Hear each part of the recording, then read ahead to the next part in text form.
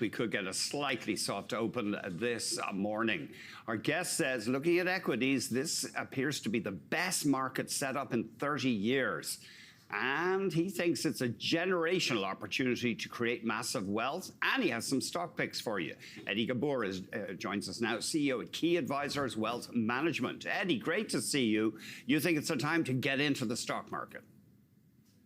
I really do. We've been saying this really since April when we started aggressively buying the dip. And now the missing piece that the bulls needed to really take this to the next leg up over the next 6 to 12 months was the Federal Reserve that was going to turn more dovish and start cutting interest rates. And we finally got that. And so whether they cut 2 times this year or 3 times this year, I think what investors need to do is take a step back and take a look at the whole environment in the sense that the trend is going to be interest rates going down with an economy that is going to be reaccelerating over the next 6 to 12 months. And it's very rare to see that scenario because normally when a Fed is cutting interest rates, they're cutting interest rates because an economy is in a recession and needs stimulus to get back to life. Well, we have stimulus coming at a time when one could argue the economy doesn't necessarily need it.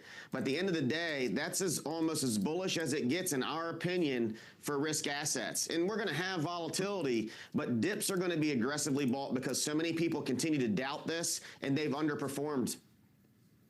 What about small cap stocks? We've got the Russell 2000 index trading near record highs. So we believe small caps will continue to outperform.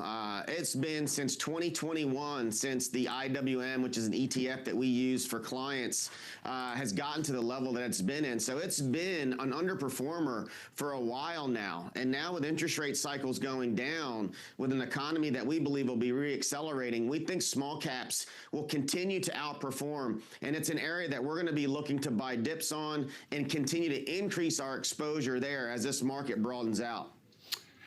It's fascinating, isn't it? What could go wrong, though, Eddie? Obviously, a surge in inflation would tend to delay or even reverse the interest rate cuts.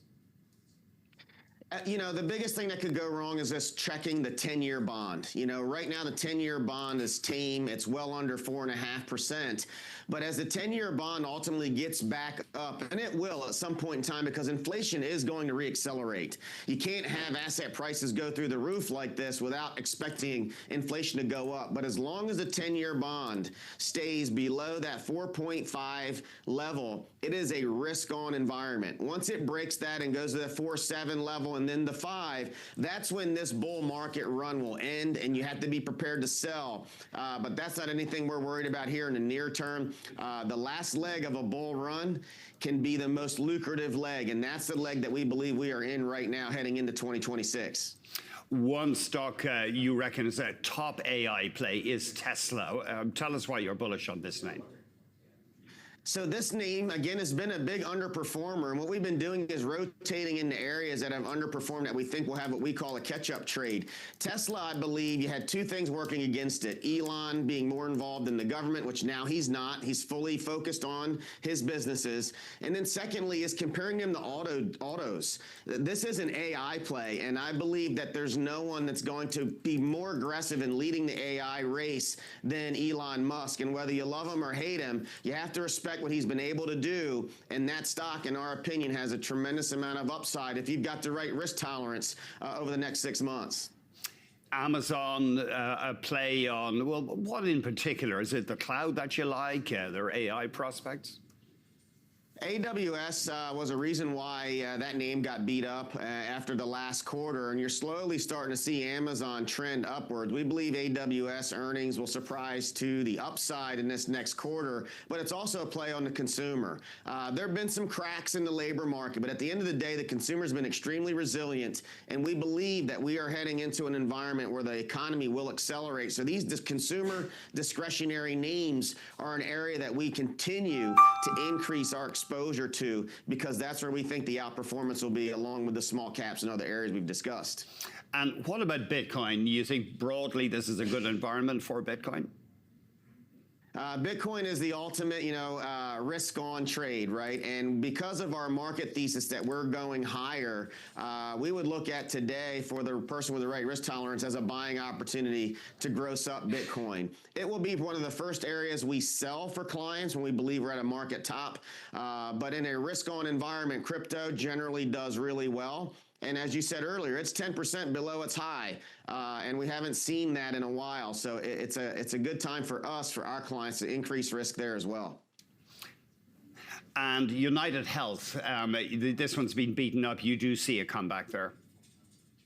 I do, and we're looking for areas outside of technology. And with the broadening out of this market because of the economy not going into a recession, we're looking at this as a large cap healthcare play that can help diversify us outside of tech. It's been beaten up, and we think that there could be quite a bit of upside here as the worst of the news for this company, in our opinion, is behind it.